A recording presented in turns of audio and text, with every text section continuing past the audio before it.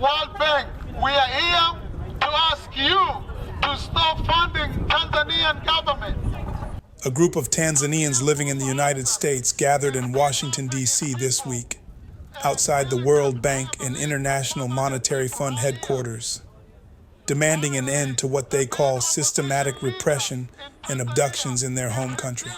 They accuse President Samia Suluhu Hassan's government of human rights abuses and are calling on the World Bank to cut funding to Tanzania. No reform, no election. Free Tundu Free Polepole. Free Polepole. They came with one message: the world must not stay silent.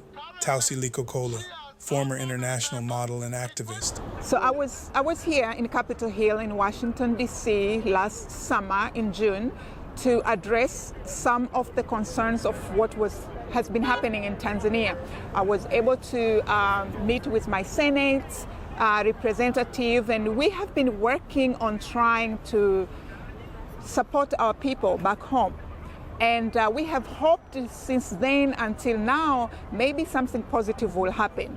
But unfortunately, every day we hear somebody being kidnapped, other opposition party leaders, they are in jail. And Tanzanian government is still pushing for election. Among those detained is Tundu Lissu, the opposition leader of Chadema, and most recently, former Ambassador Humphrey Polepole, who critics say was abducted after publicly accusing the ruling party of corruption and election manipulation. Freedom of expression is like completely disappearing in Tanzania. Social media like Twitter, X platform has been shut down. So we think here in America we have democracy, we can express ourselves. Why not use that opportunity to speak for our motherland, for our origin home, Tanzania? So I thought, okay, I'm gonna come and join my fellow diaspora Tanzania to show support, but also to demand. We demand that that democracy should be exercised in Tanzania. We demand to stop enforced disappearance. We demand that fair and free election.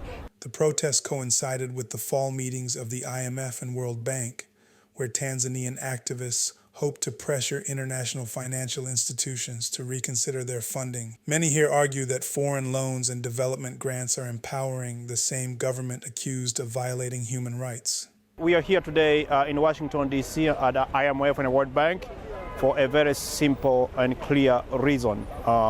We just want justice, we want democracy, we want rule of law. There is a backsliding of democracy in our country, Tanzania. Tens of hundreds have been kidnapped, disappeared, and some of them have been just killed on a day broad right, like Ali Kibao.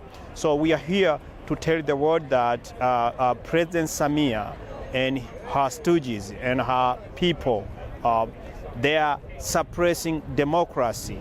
They are not adhering to the international agreements which abides every country to adhere to human rights and rule of law and democracy. Mwangombe, who represents the opposition party in Washington, accuses President Samia's government of systematically silencing dissent, a charge that Tanzanian officials have repeatedly denied. He also claims the government attempted to discredit the Washington protest by allegedly hiring counter-protesters. Some of our embassy employees came here, Jacob Kinyemi, and one of the most top ranking police officer, IGP daughters, Hidaya Maita, came here with a paid crowd. There were like 8 or 12 people, Mexican and other people who couldn't even speak Swahili. So we are here to tell the world that we are Tanzanians. All of us, as you can see, we speak Swahili, and we are here to tell the world the truth, that there is a backsliding of democracy in Tanzania. Across the street from the IMF building, a smaller group carrying Tanzanian flags and placards reading "Samia Suluhu Hassan is our leader" staged a counter-protest, claiming that critics are spreading falsehoods, meant to tarnish the country's reputation abroad. But as the sun set, the diaspora protesters marched quietly toward the Tanzanian embassy in northwest Washington, holding candles in remembrance of those they say have been abducted, tortured, or killed. Some held portraits of missing activists, while others prayed for peace and reform. The Tanzanian government has so far remained silent on the diaspora protest. One Africa Show newsroom reached out to government spokesperson Gerson Mzigwa and Ambassador Mindy Kasiga, the foreign ministry's spokesperson, for comment, but neither responded to our requests. Still, protest organizers say their campaign is only beginning, and they plan to take their message to Capitol Hill and the U.S. State Department in the coming weeks.